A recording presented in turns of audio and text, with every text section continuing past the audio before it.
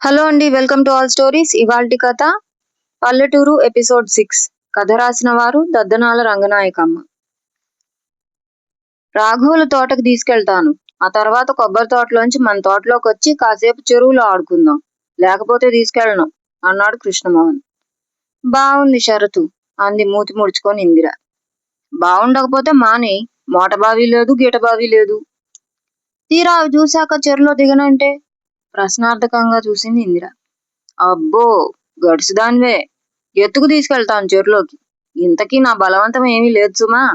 చక్కగా రాగుల తోట మోటబావి చూడాలంటే నీ ఇష్టం. సరే అంది ఇందిర.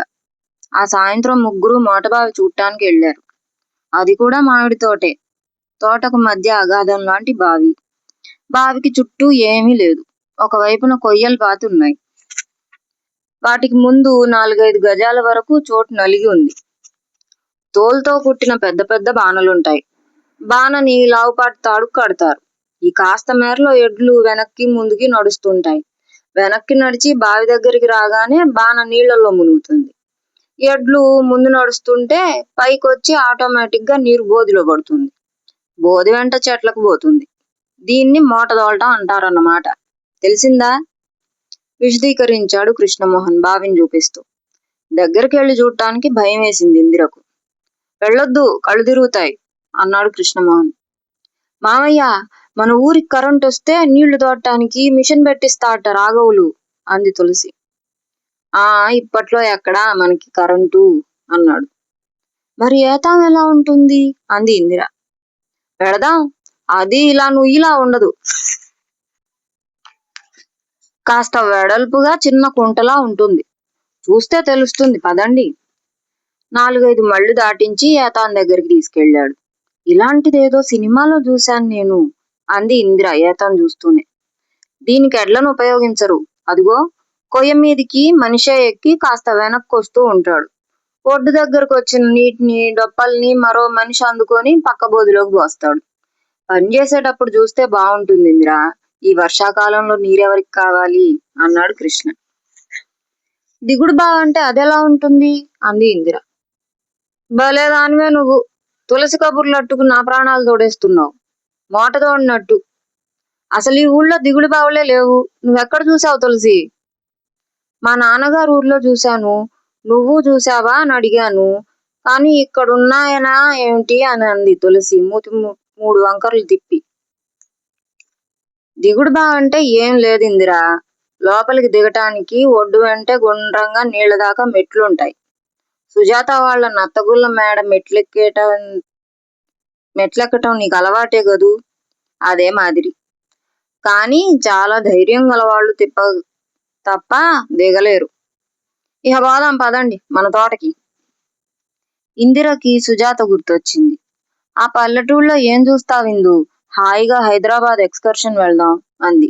తన అభిప్రాయం వినగానే అవునులే, ఎంతైనా అత్తవారూరు, చూసిరా అంటూ హాస్యం చేసింది. తన పట్టు మార్చుకోనందుకు. కానీ వెళ్ళాక సుజాతకి తను చూసినవన్నీ చెప్తే ఏమంటుందో. పూసగుచ్చినట్టు చెప్పాలి.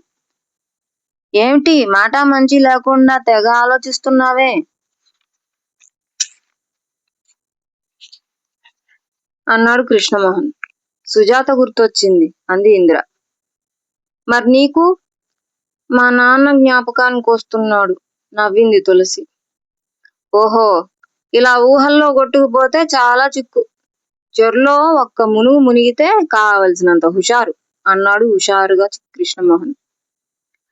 అన్నట్టు మనం కొబ్బరి మడి చూపించనే లేదు ఇందిరకి. అయితే కాసేపు ఇక్కడ కూర్చుందాం అంది తులసి. ముగ్గురు మెత్తటి పచ్చగడ్డి మీద కూర్చున్నారు. చెట్లు దూరంగా చాలా ఎత్తుగా ఉన్నాయి. సన్నని కొబ్బరాకులు గాలికి ఊగుతున్నాయి. చాలా చెట్లకి గెలలు వేలాడుతున్నాయి. అప్పన్న ఉంటే కొబ్బరి బొండాలు దింపును. ఈసారి వాణ్ణి తీసుకొద్దాం అంది తులసి. కొబ్బరి తోట తిరిగాక చెరులో ఆట, ఉయ్యాళ్ళు ఊగటం, కిందకున్న మామిడి చెట్లు ఎక్కటం. మాట్లాడటానికే సిగ్గుపడే ఇందిరకి అల్లరెలా పట్టుబడింది అనుకున్నాడు కృష్ణమోహన్. దాగుడు మూతలు ఆడుకుందాం. ఈ చెట్టు తల్లి నేను దొంగని, మీరు పరిగెత్తండి అంది తులసి సంతోషంగా.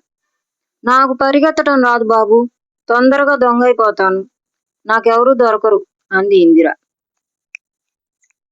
నే దొరికిపోతాలే, పల్లెటూరులో 10 రోజులుండి పరిగెత్తటం నేర్చుకోకపోతే షేమ్ గదు.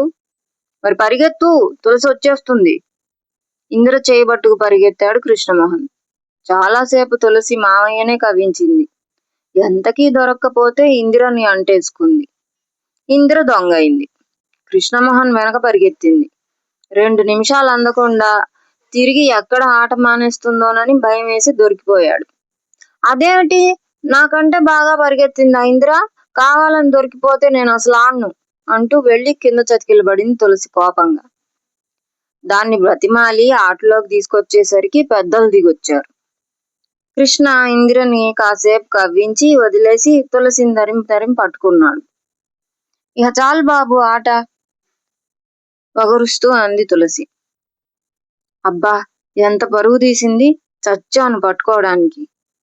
అప్పటికైనా జడ దొరక్కపోతే కృష్ణమోహన్ అలుపుగా చతికిలబడ్డాడు గడ్డిలో. ఇందిర దర్జాగా కూర్చుంది కొమ్మెక్కి. వారం దాటింది. 2 రోజుల కిందట ఇంటికో కార్డు రాసింది ఇందిర, 4 రోజుల్లో వస్తానని. కాని పల్లె వాతావరణం పట్నాన్ని మరిపిస్తున్నది.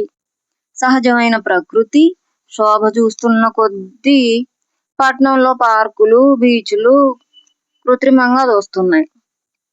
తల్లి ప్రేమను మరపించే అన్నపూర్ణమ్మ ఆదరణ, కొన్ని హద్దుల్లో స్నేహం చేసే కాలేజీ స్నేహితుల్ని తోసిరాజేసే తులసి అమాయకమైన స్నేహము, తనే సర్వస్వంగా ప్రేమించి మురిసే కృష్ణమోహను, అతని అనురాగం, నోటి నుంచి మాట రాకుండానే సంతోషంగా ఆప్యాయంగా ప్రవర్తించే అప్పన్న దాస్యం అన్నీ ఇందిరకి తన్మయత్వం కలిగించాయి. చాలా చీకటితో కోడికూత వింటూనే లేవటం సరదాగానే ఉంది. ఆ మసక చీకటిలోనే వీధులన్నీ సందడిగా ఉంటాయి. వంటపాకలో కూర్చుంటే అన్నపూర్ణమ్మ బస్తీ కబుర్లు, తమ ఇంటి సమాచారాలు అడుగుతుంది చనువుగా. స్నానం అయ్యేసరికి 2 పూల దండలు తయారు చేస్తుంది తులసి. 10 దాటితే కబుర్లు చెప్పుకుంటూ భోజనాలు, మధ్యాహ్నం ఏదో ఆట లేదా చావిట్లో పిచ్చాపాటి, సాయంత్రం తాళ్ల తోపుకో మామిడి తోటకో షికారు. ప్రోగ్రాం ఇందిరే సెలెక్ట్ చేస్తుంది. దీపాలు పెట్టే వరకు దాగుడు మూతలో, ఉయ్యాల్లో ఊటమో, చెరులో ఏదో ఆటో, ఏదో ఒకటి. రోజులు క్షణాల్లా దాటిపోయాయి. లాస్ట్ ఇయర్ కూడా ఇంటికెళ్ళి ఏమైనా పుస్తకాల బూజు దులుపుకోవటం ఉందా? ఏకంగా కాపురం ఉండిపోతావా? ఊగే ఉయ్యాల ఆఫ్ చేసి తాళ్లు పట్టుకొని అడిగాడు కృష్ణమోహన్. వెళ్ళాలని లేదు నవ్వింది ఇందిర. ఒక్క 5-6 నెలలు కళ్ళు మూసుకోయిందు, తర్వాత పెద్ద ఉయ్యాల వేయించుకు జంటగా ఊగుదాం. సరేలే విడు, తులసి వస్తుంది. వస్తే వస్తుందిలే, ఎన్నాళ్ళీ దాగుడు మూతలు, ఏనాటికైనా తెలియాల్సిందేగా. తులసి అప్పన్నతో కొబ్బరి బొండాలు దింపించుకొచ్చింది. నలుగురు లేత కొబ్బరి తింటూ కూర్చున్నారు. తులసి ఆనాడు ఇందిర కోరిక మీద చీర కట్టుకుంది. హుందాగా ఉంది. తులసి చీరలోనే బాగుంది నాకు అన్నాడు కృష్ణమోహన్ పరకాయించి చూస్తూ. తులసి సిగ్గుపడింది. మామయ్య నన్నే చూస్తూ ఉంటాడు కాబోలు అనుకుంది. అయినా పై మాటగా ఇందిర కంటేనా అంది. కృష్ణమోహన్ ఇందిర కేసు చూశాడు. తులసి ఎర్రగా దృఢంగా ఉంటుంది, ఇందిర తెల్లగా సన్నగా ఉంటుంది. అందుకని తులసి నిగనిగలాడే ముదురాకు, ఇందిర నవనవలాడే లేత చిగురు. అవును గదు అప్పన్న అన్నాడు కృష్ణమోహన్ అప్పన్నని మధ్యవర్తిగా పెట్టుకొని. మీ మాటలేమిటో నాకు బోధపడలేదండి అబ్బాయి గారు అప్పన్న నవ్వాడు. పోనీ మీ అబ్బాయి గారు ఎలా ఉంటారో చెప్పు అప్పన్న అంది ఇందిర నవ్వుతూ. మా అబ్బాయికి ఏమండి, రాజా అబ్బాయి గారి భార్య చాలా అదృష్టవంతురాలు. తులసి దూరంగా చూస్తూ కూర్చుంది. ఎవరికేసి చూడలేక. ఇందిర నవ్వింది.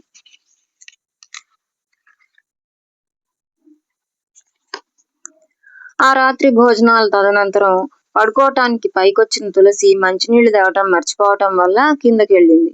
ఆ వెళ్ళటం ఎంతసేపు ఎదురు చూసినా రాలేదు. గంట గంటన్నర కూడా గడిచిపోయింది. ఇందిరకి నిద్ర పట్టడం లేదు. తులసి కోసం రాబోతూ ఉంటే తులసి ఎదురు పడింది విసురుగా.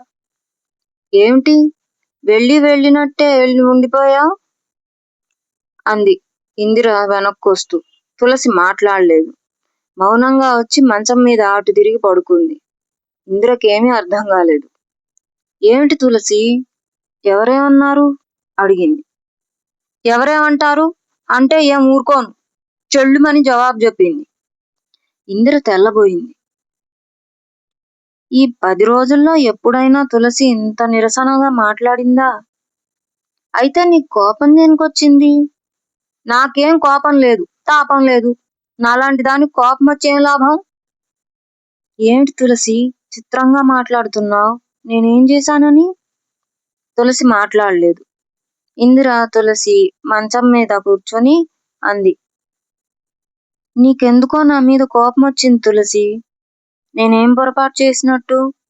నాకు గుర్తులేదు. ఒకవేళ ఏదైనా జరిగితే ఏమీ అనుకోకు తులసి. ఇన్నాళ్ళు కలిసిమెలిసి ఉండి తీరా వెళ్ళిపోయేటప్పుడు పిచ్చిదాన్ని కాబట్టి కలిసిమెలిసి ఉన్నాను. ఎంతైనా బస్తీదానివిలే. ఇందిరకు కాస్త కోపం వచ్చింది. నే చేసిన పొరపాటు ఏమిటో సూటిగా చెప్పి చివాట్లు పెట్టు. అంతేగాని నువ్వెంత గొప్పదానివైనా ఊరికే మాటలనుకు. ఇందిర తులసి మంచం మీద నుంచి లేచి కిటికీకి చేరగిలబడి నిల్చుంది. నిన్ను చివాట్లేయటానికి నేనెవర్ని? ఇంటికి అధికారినివి. ఎవరు చెప్పారు? ఆతృతగా అడిగింది. మామయ్య అమ్మతో చెబుతున్నాడు. మీరు స్నేహితులే అనుకున్నాను, ప్రేమికులు కూడానా? వెటకారంగా అంది తులసి లేచి నిల్చుని. ఇందిర గుండెలో బండబడింది. అయినా ధైర్యం చేసుకుని, అయితే నీ కోపం దేనికి మధ్య అంది కిటికీలోంచి బయటికి చూస్తూ. తులసి విస్తుపోయింది.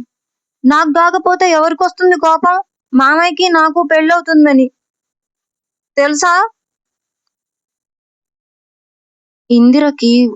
ఇందిర ఉలిక్కిపడి చిత్రంగా చూసింది తులసి మొహంలోకి. ఎందుకలా చూస్తావు?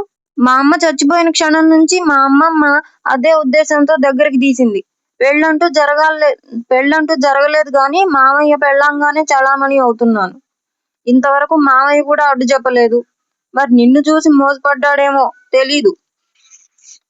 మా ఇద్దరి మధ్య నువ్వెలా రావాలనుకున్నావు? ఇందిర పరిస్థితి ఘోరంగా ఉంది. తన చెవులని తనే నమ్మలేకపోయింది. కలవరపాటు కనబడనీయకుండా నెమ్మదిగా అంది. నాకు ఈ సంగతేమీ తెలియదు తులసి. అసలు మొదట్లో కృష్ణమోహన్కి మేనగోడలంటూ ఒక అమ్మాయి ఉందనుకోలేదు. స్నేహం చాలా దృఢపడ్డాక గాని ఒకరి కుటుంబ వ్యవహారాలు ఒకళ్ళకి తెలుసుకోలేదు. నీ గురించి చెప్పాడే గాని ఇలా మీ పెళ్లి విషయం మాటకు కూడా నాతో అనలేదు. ఆదిలో తెలిస్తే ఈ విషయం ఇంతవరకు వచ్చేది కాదు. ఇప్పుడేం మించిపోలేదు. ఇప్పుడు తెలిసిందిగా. ముసుగు దాన్ని పెట్టి పడుకుంది తులసి. ఇందిర కాసేపు నుంచుని లైట్ తగ్గించి పడుకుంది. మనసంతా ఆలోచనలతో నిండిపోయింది. ఇంత దగా చేసిన కృష్ణమోహన్ని ఆ చెంప ఈ చెంప వాయించి తల వాచేలా చివాట్లు పెట్టాలనిపించింది. ఒకవేళ కృష్ణమోహన్కి నిజంగా తులసంటే ఇష్టం లేదేమో. ఏది ఏమైనా కృష్ణమోహన్తో ఖచ్చితంగా మాట్లాడి రేపు వెళ్ళిపోవాలనుకుంది. ఎంత ప్రయత్నించినా నిద్ర పట్టడం లేదు. తులసి కూడా కదులుతూనే ఉంది. దాదాపు ఇందిర ఆ రాత్రి జాగారం చేసింది. తెల్లవారుజామునెప్పుడో కునుకు పట్టింది. నెలకు వచ్చేసరికి కరకరా పొద్దెక్కేసింది. తులసి లేపకుండా వెళ్ళిపోయింది. ఇందిరకి కిందికెళ్ళడానికి సిగ్గేసింది. ఎలానో ధైర్యం చేసుకు వెళ్ళింది. అన్నపూర్ణమ్మ రోజులా ఆప్యాయంగానే మాట్లాడింది. తులసి అంటీ అంటున్నట్టు ప్రవర్తించింది. ఇందిరా తులసి ఎడమొహంగా ఉండటం కృష్ణమోహన్ కనిపెట్టకపోలేదు. నన్నీ వాళ్ళ పంపించే కృష్ణమోహన్, వెళ్ళిపోతాను అంది ఇందిర చావిట్లో. దానికి అన్నపూర్ణమ్మ కలగజేసుకొని, ఇవాళ మంగళవారం, బొట్టు పెట్టడానికి కుదరదు. రేపు వెళుదువు గానిలేమ్మా, ఇప్పుడేమంత కంగారు అంది. ఇందిర మాట్లాడలేదు.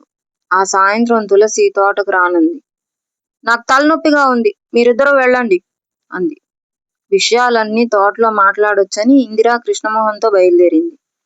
తోటలో చెరువు గట్టున కూర్చునే వరకు ఇందిర ఎంత పలకరించినా మాట్లాడలేదు. నువ్వలా మూతి బిడాయించు కూర్చుంటే నాకేం తెలుస్తుంది ఇందిరా? సంగతేమిటి? తులసి అలా ఎడంగా తిరుగుతుందే? ఎందుకలా తెలియనట్టు నటిస్తావ్? రాత్రి మీ అమ్మగారితో ఏదో చెప్తున్నావట. తులసి మంచినీళ్ళకెళ్ళి మెట్ల మీద నుంచి విని అంతా అంతా వినొచ్చి నా మీద కోపం పెట్టుకుంది. తులసికి నీకు పెళ్లి నిశ్చయమైనప్పుడు నన్ను దగా చేయటం దేనికి మధ్య? నేనేదో నిన్ను మార్చుకున్నానని ఆవిడ ఉద్దేశం. నాకు ఈ సంగతి ఏమాత్రం తెలిసినా ఇలా శృతిమించేది కాదు. ఈ పూట మీ అమ్మగారు ఎదుట తిరగటానికి ప్రాణం చచ్చిపోయింది. నన్ను యాగి చేయటం నీకు సరదా. ఉక్రోషం అంతా వెళ్ళగక్కింది ఇందిర సూటిగా చూస్తూ.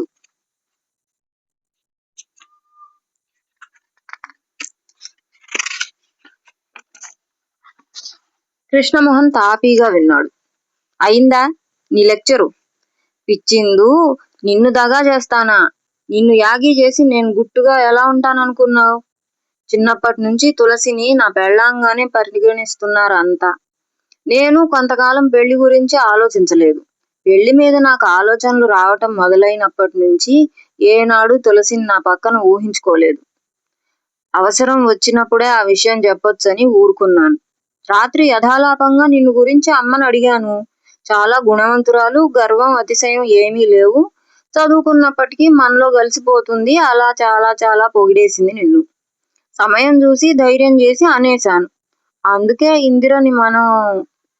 ఇందిరని మన ఇంటికే తెచ్చుకుందాం అమ్మా. ఈ సంబంధానికి వాళ్ళు కూడా ఇష్టపడతారు. నా మాటలు విని మా అమ్మ తెల్లబోయింది. కాసేపటికి అదేమిటి తల్లి లేని పిల్ల, తులసి ఏమైపోతుంది అనుకున్నావు అంది. వెంటనే నేనన్నాను, తులసికి ఏం లోటు, దానికి ఆస్తంతా ఇచ్చి గొప్ప ఉద్యోగస్తుడికి ఇచ్చి చేద్దామమ్మా. మనలో మనం ముడిపెట్టుకోవటం ఏమందాం చెప్పుమా అన్నా. ఇందిర నాకెంతో నచ్చింది, నువ్వు ఒప్పుకో అమ్మా అని బతిమలాడాను. మా అమ్మ మౌనంగా విని ఊరుకుంది. నేనే చాలాసేపు మీ వాళ్ళ గొడవలు చెప్పాను. మా అమ్మ ఒప్పుకుంది. ఒప్పుకోక ఏం చేస్తుంది? నేను ఎదురు తిరిగితే? వద్దు, తులసి పాపం తల్లి లేనిది. చిన్నప్పటి నుంచి మీ ఇంట్లో పెరిగింది. నీ మీద ఎన్నో ఆశలు పెట్టుకొని ఉంటుంది. అకస్మాత్తుగా మనసెలా మార్చుకుంటుంది? ఏ, నువ్వు మాత్రం నా మీద ఆశలు పెట్టుకోలేదా? నువ్వెలా మార్చుకుంటావు? నా దారి వేరు.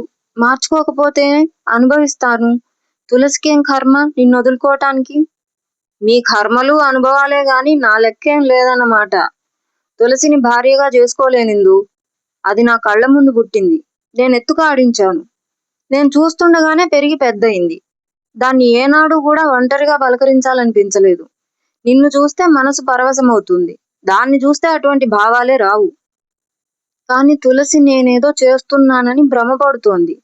తను మనస్ఫూర్తిగా అంగీకరించకపోతే నేను ఈ పెళ్లి చేసుకోలేను కృష్ణమోహన్. ఇందిర చెరువులోకి చూడసాగింది. దాంతో నీకెందుకు గొడవ? నా ఇంట్లో అంతా నా ఇష్టం. తులసి కష్టపెట్టుకుంటే మీ అమ్మగారు కూడా అయిష్టంగా ఉంటారు. వాళ్ళ మధ్య నేనెలా కాపురం చేస్తాను? కృష్ణమోహన్ చాలాసేపు మౌనంగా కూర్చున్నాడు.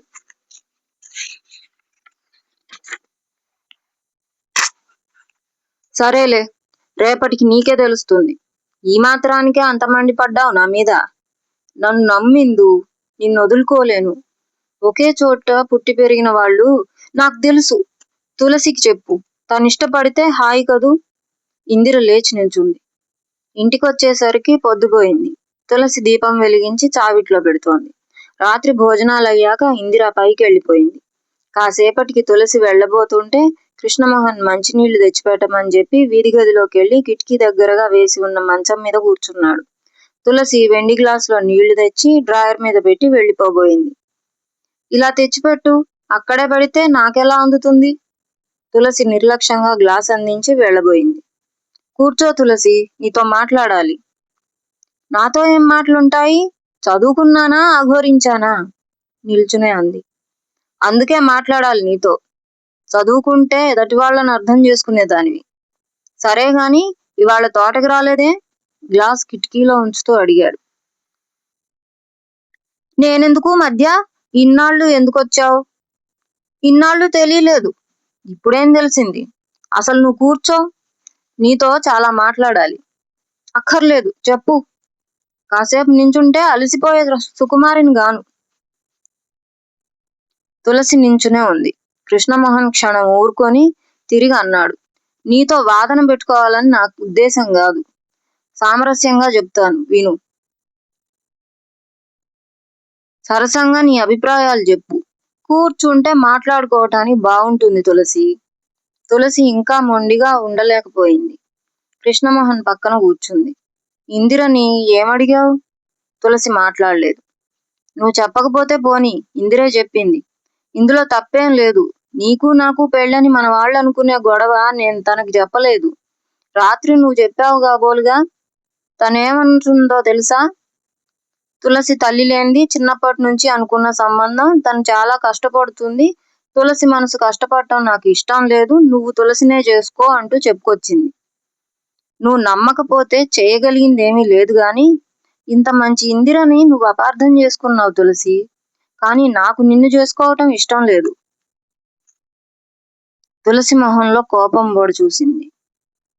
ఎందుకుంటుంది? అందగత్తెను చూశాక? అదే వద్దన్నాను. దురుసుగా మాట్లాడకు. ఇదేం బొమ్మలాట కాదు. చిన్నప్పట్లా దెబ్బలాడుకోవటానికి. ఇద్దరికీ సంబంధించిన సమస్యే. నువ్వు తెలియని దానివేం కాదు. నేను చెప్పే ప్రతి మాట శ్రద్ధగా విని అర్థం చేసుకో. నేను ఇందిర అందానికి కట్టుబడిపోలేను. ఫలానా సంగతి అని చెప్పలేను. నాకు ఇందిర నచ్చింది. నీకంటే అందమైందేం కాదు ఇందిర. ఆస్తిలో, అందంలో, పని పాటల్లో, ఒక్క చదువులో తప్ప అన్నింట్లోనూ నువ్వే ఇందిర కంటే ఎక్కువ. అయినా నిన్ను భార్యగా చేసుకోవటానికి మనసు అంగీకరించడం లేదంటే కారణాలుంటాయని. ఏమిటా కారణాలు? హేళనగా అడిగింది తులసి సూటిగా చూసి. అదే చెప్పబోయేది. ఎంత వేళాకోళాలు ఆడుతున్నప్పటికీ చిన్నప్పటి నుంచి మనం ఒక్కచోట పెరిగి పెద్దవటంతో నా దృష్టి నీ మీదికి పోవటం లేదు. వయసులో ఉన్న నీకు బువ్వలాటలాడే తులసికి భేదం కనిపించట్లేదు నాకు. నువ్వు పుట్టటం నాకు గుర్తు. అక్కయ్య పోవటం కూడా జ్ఞాపకం ఉంది. నువ్వేడుస్తున్నప్పుడల్లా ఉయ్యాలూపేవాణ్ణి. లేకపోతే అమ్మ నిన్ను కాళ్ళ మీద పడుకోబెట్టి పాలు తీసుకొచ్చేది. కొన్ని విషయాలు మచ్చల్లా గుర్తుండిపోతాయి. అప్పుడు రాఘవులు కూడా నా అంతే ఉండేవాళ్లే. వాడి చెల్లి నీలా చిన్నపిల్ల. వాళ్ళ ఇంటికెళ్తే మా చెల్లి చెల్లి అంటూ వీధిలోకి తీసుకొచ్చేవాడు ఎత్తుకొని వాళ్ళ చెల్లిని. అది చూసి నేను కూడా నిన్ను చెల్లి అంటుంటే కాదురా పాప తులసి అనేది అమ్మ. ఆనాటి తులసివి నువ్వు ఈనాడింతయ్యావు. ఎన్నో మార్పులు జరిగాయి. కానీ నా మనసుకి అదే తులసివి. అమ్మ నాన్న పోయాడనే బెంగతో బస్తీ పంపటానికి ఒప్పుకోకపోతే చదువు సంధ్య లేక నీతో బొమ్మలాడుతూ కూర్చునేవాణ్ణి గదు. 2 ఏళ్లకి ఎలాగో మన వాళ్ళంతా నచ్చజెప్పి ఏర్పాటు చేశారనుకో. మొదటిసారి నువ్వు పైట వేసుకోవటానికి నేనే చీర కొని తెచ్చాను. 5th ఫారం పరీక్షలు రాసొస్తూ. ఇంటర్లో ఉండగా ఏదో పండక్కి ఇంటికొస్తే నువ్వు పెద్దదానివయ్యావు. నేనే తాటితోపులో ఆకులు గోయించుకొచ్చాను. నువ్వు చదువుకునే దారి లేదని ఎంతో బాధపడ్డాను. నీకు తెలుసుగా. అయినా అప్పటి నుంచి మంచి మంచి పుస్తకాలు తెస్తూనే ఉన్నాను. మన వాళ్ళంతా పెళ్ళానికి తెచ్చుకుంటున్నాడని వేళాకోళాలు ఆడతారు గాని నా మనసులో అదేం ఉండదు. తులసికి అని మాత్రం అనిపిస్తుంది. నిన్ను ఆప్యాయంగా ఆడతోడుగా చూడాలనిపిస్తుంది గాని భార్యగా ఊహించుకుంటే మనసు విలవిల్లాడుతుంది. నువ్వు అందమైన దానివి. కానీ ఏనాడు నీ అందచందాల మీదికి నా దృష్టి పోలేదు. నీతో ఒంటరిగా మాట్లాడితే నాలో ఏమీ మార్పు ఉండదు. కానీ ఇందిరను ఒంటరిగా పలకరించి ఏదో సరసమాడాలనిపిస్తుంది. ఏకాంతం కోసం ఎదురు చూస్తూ ఉంటాను. ఏమైనా అంటే ఇందిర సిగ్గుతో సతమతమైపోతూ ఉంటుంది. ఇష్టం లేనట్టు మందలిస్తుంది. నిన్ను అన్నదీ లేదు. దారి తప్పి అంటే జమాయించి చెళ్ళున జవాబు చెప్తావు గాని సిగ్గుపడి ఊరుకోవే.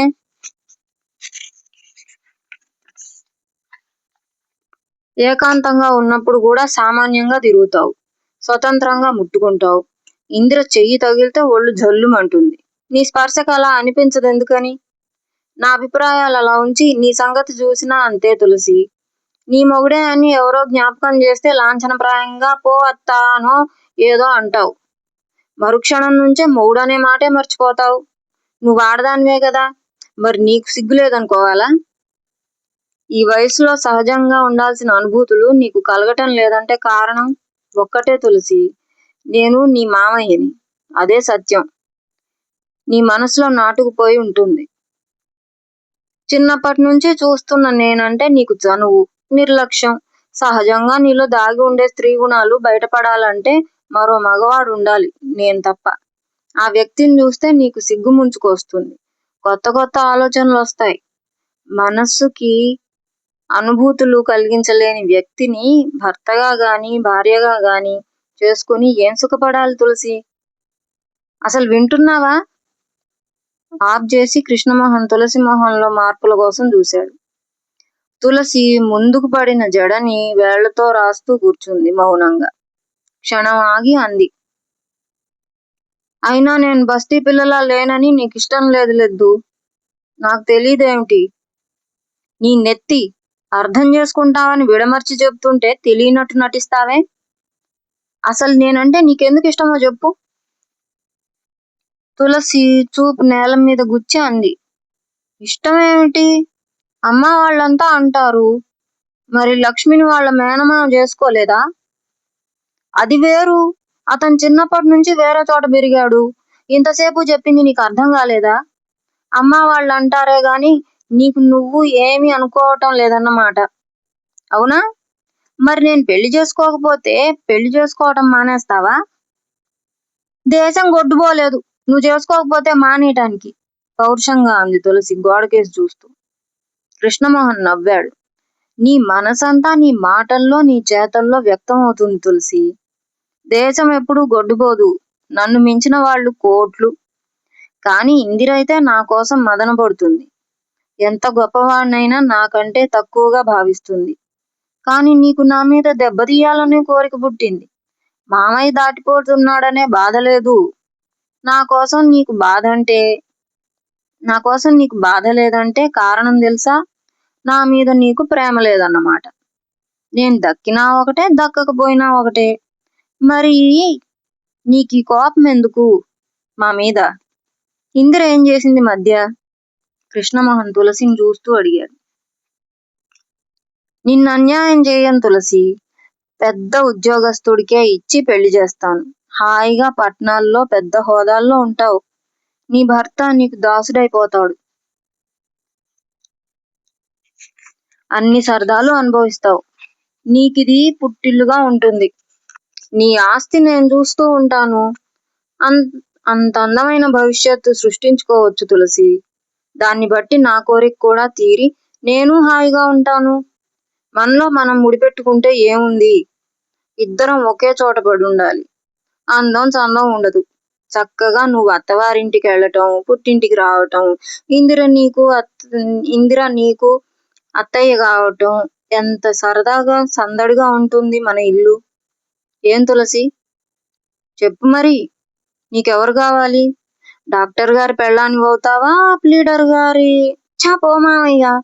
తులసి సిగ్గుతో తల ఉంచుకొని మునివేళ్లతో పెదవి నొక్కోసాగింది. అదే నేను అనేది. నన్ను నా ఇందు దగ్గరికి పోని. నువ్వు సంతోషంగా ఒప్పుకుంటే గాని నా పెళ్లి జరగదు. నీకు నచ్చిన వ్యక్తితో ముందు నీ పెళ్లి జరిపిన తర్వాత నా పెళ్లి చేసుకుంటాను. ఏం తులసి, ఇష్టమేనా? చెప్పు మరి.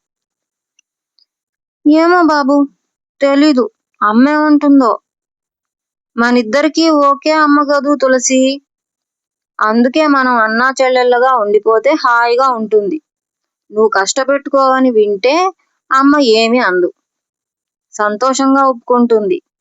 నిన్నటి నుంచి నా మీద మండిపడే నీకు ఎవరి మాటో ఎత్తగానే ఎంత శాంతం, ఎంత సిగ్గు ఆవేశించాయో తెలుసా? నేనే కావాలనిపిస్తే మరో మనిషి సావాసం కోసం మనసెందుకు సరదా పడుతుంది? సరే, చెప్పవలసిందంతా చెప్పాను. తోడుగా పెరిగిన నిన్ను భార్యగా చూడలేను. పెళ్ళనేది మనసులకు సంబంధించింది తులసి. కాబోయే భర్తని గాని భార్యని గాని తలుచుకుంటే మధురమైన అనుభూతులు కలగాలి. ఆ మార్పు రానప్పుడు ఆ పెళ్ళే నిరర్ధకం. వెళ్ళి పడుకొని జాగ్రత్తగా ఆలోచించు. ఇందిర రేపు వెళ్ళిపోతుంది. తనతో నీకు గొడవ ఏమిటి? రోజులా మాట్లాడు. తులసి లేచి నించుంది. గ్లాస్ తీసుకెళ్ళిపోతూ తులసి కిటికీలో గ్లాస్ అందుకొని నీళ్లు తాగి గ్లాస్ ఇచ్చాడు. తులసి అందుకుంటూ నవ్వింది. ఇందాక నిజంగా దాహమయ్యే పిలిచావా? నాతో వాగి వాగి అలసిపోయావనుకుంటాను. నీళ్ళు ఇంకా కావాలా? వద్దులే, ఈ కాసేపు అలిసినా పర్వాలేదు. ఎల్లకాలం సుఖపడతాను. ఇక నువ్వు వెళ్ళు. ఇందిర ఒక్కతే పడుకొని ఉంటుంది. దీపం తగ్గించి తలుపు కాస్త దగ్గరకేసెళ్ళు. అన్నట్టు టైం ఎంత అయిందో చూడు తులసి. మంచం మీద కూర్చున్న కృష్ణమోహన్ పక్క దులుపుకొని పడుకుంటూ అన్నాడు. తులసి డ్రాయర్ మీద ఉంచిన వాచీని చూసి, అబ్బా 10 దాటింది మావయ్య, పడుకో అంటూ దీపం తగ్గించి తలుపులు దగ్గరకేసి వెళ్ళిపోయింది, మువ్వల పట్టాలు చిన్నగా చప్పుడు చేసుకుంటూ. తెల్లారి కిందికి దిగొచ్చిన ఇందిరకి రోజులా అన్నీ అమర్చిపెట్టింది తులసి. అన్నపూర్ణమ్మ నవ్వుతూ కనిపించింది. తులసిలో మార్పుకి ఇందిర ఆనందించటమే కాక ఎక్కువగా ఆశ్చర్యపోయింది. రోజు కంటే ఎక్కువ సరదాగా ఉంది. ఆ రోజు తులసి సంతోషంగా మాట్లాడింది. బుట్టెడు ముద్దబంతి పూలు తెచ్చి ముందు పోసింది దండగుచ్చమంటూ. నువ్వేమనుకున్నా సరే, ఈ పూలు మాత్రం నే పెట్టుకోను బాబు అంది ఇందిర ఇష్టంగా. తులసి పక్కుమని నవ్వుతూ, నిన్ను పెట్టుకోమంటానని భయపడిపోయావేమిటి ఇందిరా? ఈ దండలు వీధి గుమ్మాలకి కడతాం. లేకపోతే సాయంత్రం మీరు వెళ్ళేటప్పుడు ఎడ్ల మేళ్ళకు కడతారు అప్పన్న. మనకి వేరే ఉన్నాయిగా పూలు అంది. ఎక్కడ చూసినా ముద్దబంతి పూలే. ఇందిర వచ్చేసరికి అన్ని మొగ్గలు. సాయంత్రం ఇందిర ప్రయాణం. మధ్యాహ్నం నుంచే హడావిడి. కొత్తగా అల్లిన మేదర చాప వేసి గూడు కట్టి బండిలో ఒత్తుగా గడ్డి వేసి ఈతాకుల చాప వేసి తయారు చేశాడు అప్పన్న బండిని. ఎడ్లు కూడా 10 రోజుల నుంచి పని లేక గూడు బండి తయారీ చూసి ప్రయాణం కోసం హుషారుగా ఎదురు చూస్తున్నాయి పచ్చగడ్డి మేస్తూ. టైం అవుతోంది తులసి, ఏమిటి ఆలస్యం? ఈ బండి దాటితే రాత్రి వరకు బండి లేదు. అప్పన్నని బండి కొట్టుకు రమ్మని చెప్పనా అన్నాడు కృష్ణమోహన్ చావిట్లోకి వస్తూ. నాదేం ఆలస్యం లేదు. పెట్టె పైనుంది, బండిలో వేయమని చెప్పు తులసి అంటూ ముస్తాబై కిందికొచ్చింది ఇందిర. తులసి, అమ్మాయికి బొట్టు పెట్టు అంది అన్నపూర్ణమ్మ ఏవో వస్తువులు డబ్బాల్లో సర్దుతూ. తులసి గదిలోకి పరిగెత్తుకెళ్ళి వెండి కుంకుమ భరిన ఓ చీర, రవికల గుడ్డ తెచ్చి ఇందిరకు బొట్టు పెట్టి బట్టలు చేతిలో పెట్టబోయింది. ఇందిర మొహమాటంగా, నాకెందుకు తులసి అంది. ఎందుకేమిటి? బిఏ చదివిన అత్తవి, ఊరికే ఎలా వెళ్తావు? బెట్టు చేయక తీసుకో అత్త, లేకపోతే మావయ్యని పిలవాల్సి వస్తుంది అంటూ చనువుగా ఇందిర చేతులు లాగి చీర చేతుల్లో పెట్టింది. ఇందిర సంభ్రమానికి సంతోషానికి పోటీ పడింది. ఏది ఎక్కువో తెలియక తను విన్న మాటలు, చూసే దృశ్యం నిజమా? చీర పుచ్చుకోకుండా స్థానువులా నించుండిపోయింది. ఏమంటుందేమిటి తులసి మీ అత్తయ్య? చీరను అందుకోనంటుందా? అది మామయ్య తెచ్చిన చీరని చెప్పు కృష్ణమోహన్ గుమ్మంలో నుంచుని తులసితో అన్నాడు. ఆడవాళ్ల గొడవ నీకెందుకు గాని బండి తోలుకు రమ్మను, తీసుకొచ్చేస్తుంది. కట్టుకోవాలి కూడా, చూద్దాం. చీర గదిలోకి తీసుకెళ్ళి కట్టుకో అమ్మాయి అంది అధికారికంగా ఆప్యాయంగా అన్నపూర్ణమ్మ. సమయానికి అప్పన్న చావిట్లోకి వస్తూ, బండిలో చాపేశాను చాలంటారా? తివాసి కూడా వేయమంటారా అన్నాడు. ఇంటి కోడలెళ్ళే బండి ఎంత ఆడంబరంగా ఉండాలిరా, ఇంకా తివాచీ వేయమంటారా అని అడుగుతున్నావా వెధవి అంటూ తివాచీ తెప్పించింది. తులసి అప్పన్నకిచ్చింది తివాచీ. అప్పన్న అందుకోకుండా నోరు తెరిచి గుడ్లప్పగించి చూస్తూ నిల్చున్నాడు. ఏమిట్రా అలా తెల్లబోయావ్? ఇందిరమ్మ గారు మన ఇంటి కోడలురా. అంటే మీ అబ్బాయి గారు కృష్ణమోహన్ గారు లేరు, ఆయన కాబోయే పెళ్ళాంరా, తెలిసిందా? తులసి మామయ్యకి ఇందిరకి వినపడేలా మరీ అరిచింది. ఒరే అప్పన్న, తర్వాత నే చెప్తాను విను. తులసి ఎవరో తెలుసా? పట్నంలో నల్లగా మాలకాకిలాంటి డాక్టర్ ఉన్నాళ్లే, వాడి పెళ్ళాం. సరేగాని తులసి, మీ అత్త బొమ్మలా నిలబడిపోయింది. కాస్త ఆ చీర కట్టుకుందో లేదో, అసలు ఈ ఇంట్లోంచి కదులుతుందో లేదో అడుగు, టైం అయిపోతుంది. బస్తీ పిల్లకింత సిగ్గేమిటి మావయ్య? నవ్వింది తులసి. బస్తీ మీద నీకు చాలా దురభిప్రాయాలున్నాయి తులసి. అన్నీ పోతాయిలే. మీకు డాక్టర్ గారి దగ్గర నీ వేషం అంతా మారిపోతుంది సుమా. మువ్వల పట్టాలు, జడగంటలు, పొట్టి పరికిణీలు, పాత చంద్రహారాలు అన్నీ మూలపడుతుంటాయి. చేతికి వాచి, కాళ్ళకి బూట్లు, దగదగలాడే రాళ్ల నెక్లెస్లు, ఉల్లిపొరలాంటి సిల్కు చీరలు. ఏ? తులసితో వాదం వేసుకుంటుండగా ఇందిర చీర కట్టుకొచ్చింది. లేత నీలం జరీ చీర, రంగురంగుల చంద్రకాంతల మాల. నిండుగా ఉంది ఇందిర. కృష్ణమోహన్ని చూసి చూపు మరల్చుకుంది. బండిలో నీ పని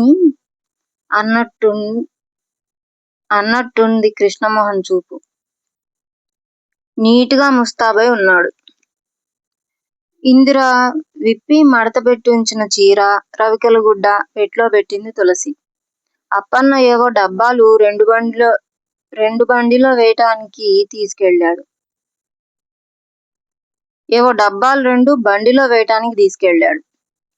మా వంటలు మీ అమ్మగారు వాళ్ళు రుచి చూస్తారు. పంచదార గవ్వలు, అరిసెలు, కాసిన నటుకులు కూడా ఉన్నాయిలే అత్త. పాలలో నానేసుకోండి. వెళ్ళిపోయేటప్పుడు కాస్త ఏమైనా మాట్లాడుదు అంది తులసి. నువ్వోసారి మా ఇంటికి రా అంది ఇందిర నవ్వుతూ. ఓ, ఎలాగూ వస్తాం పెళ్లికి. టైం అయిపోతుందని నేను మొత్తుకోవటమే గాని వినిపించుకోరు గదా ఆ ఆడంగులు. కృష్ణమోహన్ విసురుకున్నాడు. టైము కాదు ఏమీ కాదు, బండిలో కబుర్లు చెప్పుకోవచ్చని. నాకు తెలియదేమిటి? నవ్వింది తులసి. వెళ్తానండి అంది ఇందిర అన్నపూర్ణమ్మతో నేలచూపులు చూస్తూ. మంచిది, వెళ్ళిరా. మీ వాళ్ళనందరినీ అడిగానని చెప్పు నవ్వింది అన్నపూర్ణమ్మ. వీధిలోకి వెళ్ళింది తులసి వెనకే. వెళ్తా తులసి అంటూ ఎత్తుపీట మించి బండిలోకి ఎక్కి తివాచీ మీద కూర్చుంది. మంచిదత్తా, మామయ్యను తొందరగా పంపేయి. నల్లటి డాక్టర్ గారి ఫోటో తీసుకొస్తాడు, ఎదురు చూస్తుండు అన్నాడు తొట్లో కూర్చుంటూ కృష్ణమోహన్. అప్పన్న ముందు సాగేసరికి ఎడ్లు మువ్వలు మోగించుకుంటూ నడవసాగాయి. తులసి ఇందిరను చూస్తూ ఆలోచిస్తూ నిల్చుంది. డాక్టర్ ఎలా ఉంటాడో? పట్నంలో బంగ్లా, కార్లు, షికార్లు, వాచీ పెట్టుకొని. ఓ, ఇందిర వెళ్ళిపోతే బోసిపోయిందే ఇల్లు. ఎంత కుదురైన పిల్ల. కృష్ణ ఎప్పుడూ బుద్ధిమంతుడే. బండి వెళ్ళేపోయింది. నడు లోపలికి, ఏం చూస్తావు అంది అన్నపూర్ణమ్మ లోపలికి వెళ్తూ. తులసి ఆలోచిస్తూనే నడిచింది లోపలికి. ఇందు, లాలనగా పిలిచాడు కృష్ణమోహన్ బండిలో. ఎందుకు? నవ్వింది ఇందు. కథ సమాప్తం. కథ నచ్చితే లైక్ చేయండి, షేర్ చేయండి, సబ్స్క్రైబ్ చేయండి అండ్ కమెంట్ చేయండి. Thank you for watching.